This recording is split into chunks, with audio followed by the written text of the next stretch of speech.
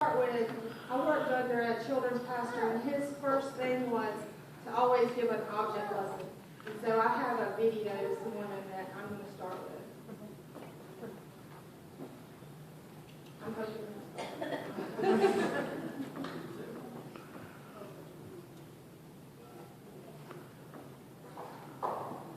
You ready, Dale?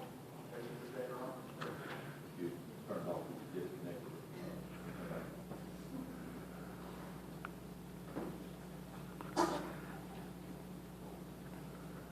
This is all part of the object lesson that goes along with my talk.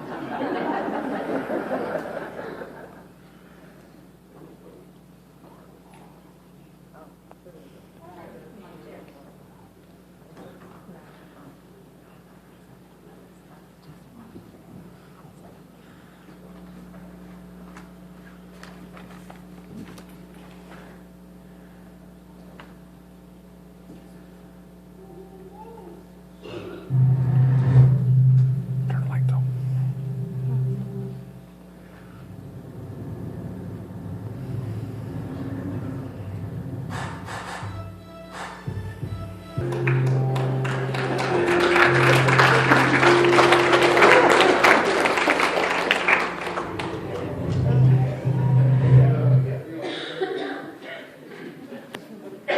Behind me, they're going to show, it just rotates some pictures of the things that we've done at children's ministry over the last couple of years.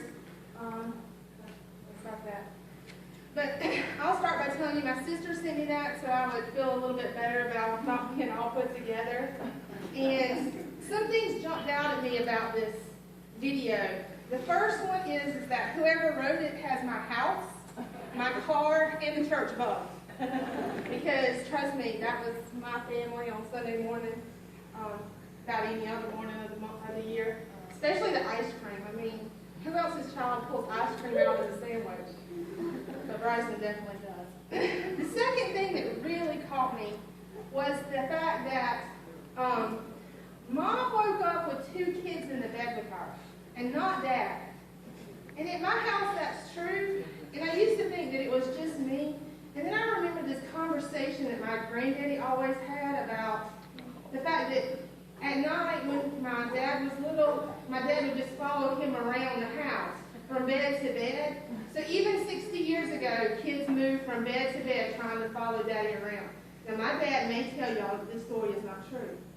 But my grandmother would always laugh and giggle at this story, which you know means it was true. My daddy would follow my granddaddy around from bed to bed every night. So, you know, Scott tells me that I don't have to parent the exact same way that my parents parent. We can parent a little different. But I think it's the flow of the house, because now I live in my grandparents' house, and the house makes you do it. It's not the parenting skills, it's the house that does it.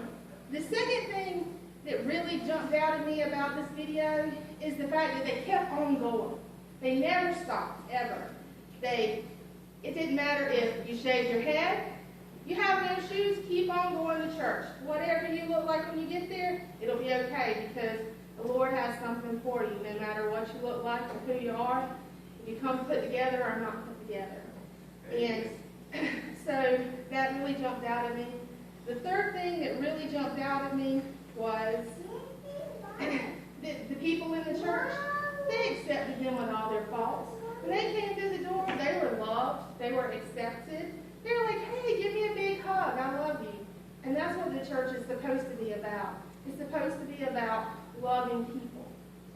Now, when they called me and asked me to come and talk about the church and where children's ministry was going and why I love children's ministry, I kind of thought, well, this is going to be hard. So Tiffany, the co-director, and I, we had this giant meeting with 3 kids running around, and we had a discussion on what we wanted to say about children's churches.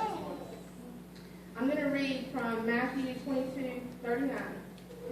You shall love the Lord your God with all of your heart, with all of your soul, and with all of your mind.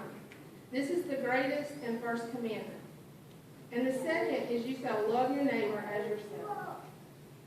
To me, That's what Homewood is all about. It's loving your neighbor. I remember growing up here at the church, as well as Tiffany. Both of us grew up here at Homewood. And I remember that our lives revolved around church. If it was Vacation Bible School, you were here. If it was RAs, you were here. If it was ACT teams, you were here. There was even a point in time where RAs and ACT teams was one big group from like 5 to 30, I think. You know? And it didn't matter what was going on at the church, we were here. If the church needed cleaning, you know, Tiffany got to come and help.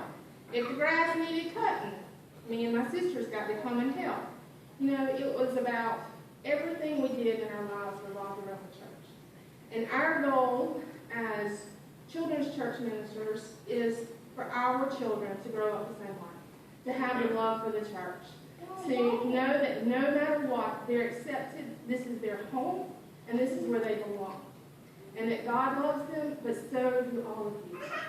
And so that's our goal. That's where we want children's ministry to go. And really what we want you to know about us and for you to help us.